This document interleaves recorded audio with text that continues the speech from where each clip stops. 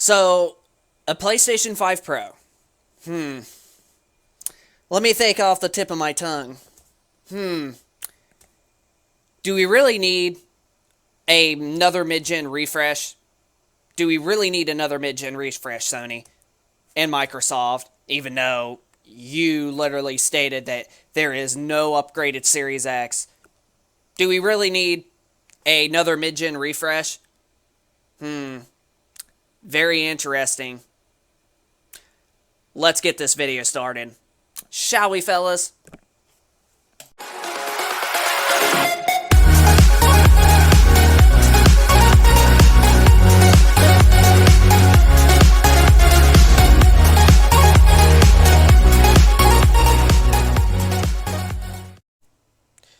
So, over the last couple of years, well, basically pretty much even before the PlayStation 5 and Xbox Series X and S were even launched, there has been a lot of reports and speculations that there was going to be some sort of an upgrade, such as a PS5 Pro, basically just like what Sony did with the previous generation, the PlayStation 4, with now also having a PlayStation 4 Pro. So, this is not like a whatever, I should say, but it stated PS5 Pro rumors, what to expect from Sony's next PlayStation console. Technically, it's not really a next PlayStation console. It's just an upgraded version of the current existing PS5 that we have. But right here is technically where all of like the latest like news were basically released. And it says a large portion of rumors about the PS5 Pro come from a leaker, Tom Henderson of Insider Gaming, which has been a really good, reliable source for a little while. And then he goes on to say, and so do the latest whisperings about the console. Henderson, this time writing the key to gaming, has provided more details about PS5 Pro specs. Now, some of this is where we're going to get a little bit interesting here in just a moment. But let's start. So it says, according to Henderson, the PS5 Pro is codename Project Trinity, keeping with the Matrix theme codenames that it has used for previous gaming releases. He allegates that, or allegedly, I don't know how to pronounce that word, that Sony is already hosting a demonstration with developers. His sources suggest the PS5 Pro will feature a GPU with 18 MT/memory and 3030 WGP workgroup processor. The PlayStation 5 Pro will be targeting an improved and consistent FPS at 4K resolution, and here's where it gets even spicier, a new performance mode for 8K resolution and accelerated ray tracing, Henderson adds. So, it does seem like it's legit, but the 8K resolution is something I kind of don't think is actually worthwhile. At least not right now. I mean, we've already got a handful of millions of people that have finally just got their hands on a 4K television, whether it be a OLED, 120 hertz, native refresh rate, 144 hertz, or even just a budget cost like Vizio TCL 4 series, TCL 5 series at only 60 hertz, whether it be a 60 hertz native panel or a 120, 144 hertz native panel. Like, people have recently got 4K TVs, and they're perfectly fine with playing their PlayStation 5 or Xbox Series X at like 4K at 60 frames a second. So the consistent 4K resolution, I can see that being the case. I think that is the more truthful to this. But when it comes to 8K resolution, that's a little bit like, I'm going to keep it real, like, strictly, like, we love new hardware, whether it be a next-gen hardware or a mid-gen refresh hardware like this one's going to be. If we can get better clean visuals and everything, and higher FPS, and the list goes on, you name it, I'm so up for it. But when it comes to 8K, there is, like, not that very many people that literally got their hands on an 8K TV, let alone 4K. Like, we're talking about somewhere of the odds of only like 5% of consumers that own a TV in general. Like 5% of consumers have an 8K TV. If you think about PlayStation 5's numbers right now, with PlayStation 5's hitting at 40 million, you're not even talking about 500,000 in this perspective. 5% is literally like not even a million. So there's really only a select few 100,000 of people that own a PlayStation 5 that have an 8K TV. So I personally don't think that 8K is really, I just don't think 8K is honestly worth it at this point. But when we get to the next generation with the PlayStation 6 and whatever the Microsoft calls their next generation Xbox, and like 2028, 2029, then 8K TVs most likely by then will be affordable, and those consoles will definitely be able to handle 8K gaming. 8K resolution for gaming, whether it be at 30 frames a second or 60 or 120, that's when I think that we're going to see 8K. With a PS5 Pro, if games can get to 8K, it's only going to be like a select handful of probably like a select few games only. Like, majority of games are not going to be able to hit that 8K resolution, but if they do, I would honestly be incredibly shocked.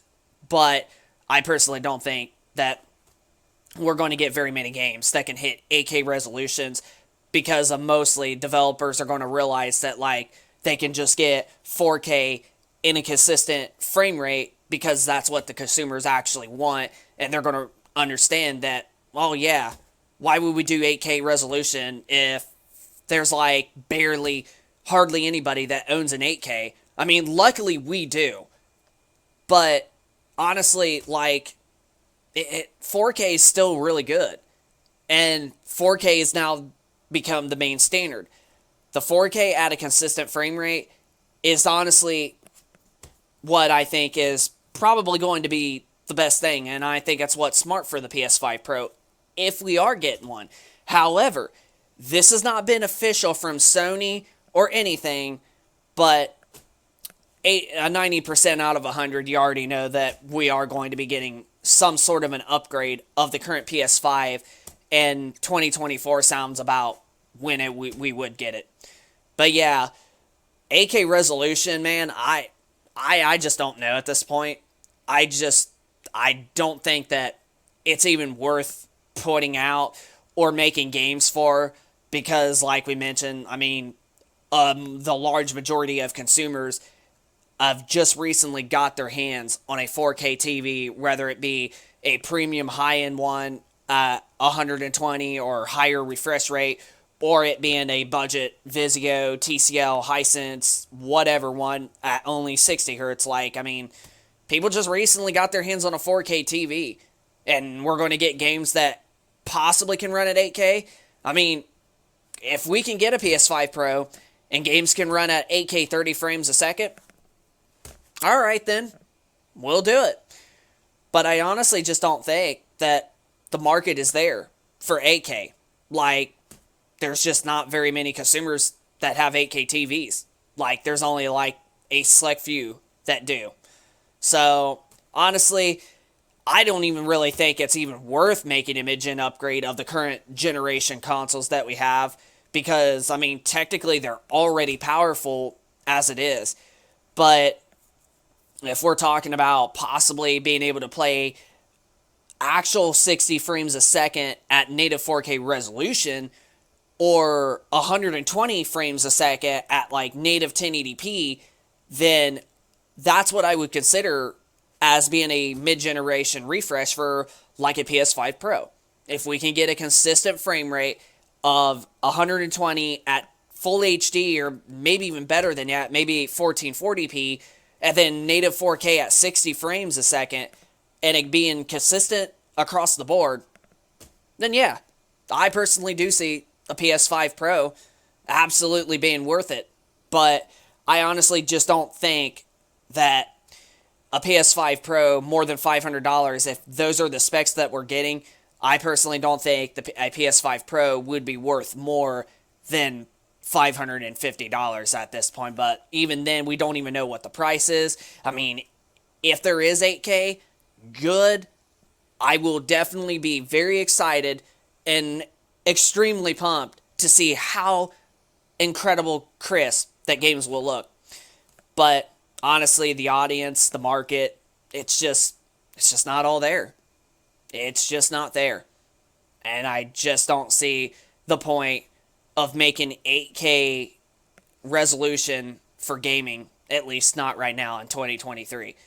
When we get to the next generation of consoles, such as the PlayStation 6 and Xbox Series X2 Pro, or whatever the freak Microsoft calls it, man, Microsoft is really bad at names, then there would be the market for 8Ks, because then by that time, 8Ks, there will be a lot more options for 8K TVs. They will be way more affordable, and a good chunk of the majority of brands will have 8Ks by then. But as it stands, LG and Samsung are like the only brands that currently making the popular 8K TVs. TCL did make an 8K, but they discontinued it, and they haven't got back to that. Hisense has not made an 8K. Vizio has not made an 8K. I do think Sony has, but they're just not like considered on Best Buy's website or whatever as 8K TVs. Because if you literally type 8K on Best Buy's website, you're only going to get LG, Samsung, and then used to be TCL. So even all 6 of the brands ain't even making 8K TVs. So it's even more evidence that it's just pointless for basically 8K gaming at this point. But I will be glad to see what it is. But like I stated, I just don't think the market's there. I just don't think the market and the audience is there for 8K gaming, at least not right now. And because 8K is not affordable on TVs, they still cost anywhere up to $2,000 or more. Yeah, people just ain't getting 8K TVs as of right now, so it's just pointless. But I do believe there will be a PS5 Pro, even though I think it's stupid for Sony doing that. But at the most part, I can see being a 4K consistent 60 frames or full HD at 120 frames is what I can see in a PS5 Pro, and it would make the most sense. So, but that pretty much does it for the video today, so we're going to wrap it up. Hope y'all enjoyed this video. If you could, smack that like button, hit that subscribe button if you are new to this channel, and also be sure to leave us a comment down in the comment section down below if you think that this is stupid and pointless for basically 8K resolution and gaming coming to the PS5 Pro, all because most consumers don't even have an 8K TV, let alone who just recently got their hands on a 4K TV. So yeah, just leave us your thoughts down in the comment section down below if you think 8K should be hold out until the next generation. But I gladly think that 8K should be not even mentioned for this gen. I think it should be hauled out until the next generation. But that pretty much going to wrap up for the video. So this is Tech and Gaming Reviews. Rate, comment, subscribe, and we will see you on the next one. Peace out.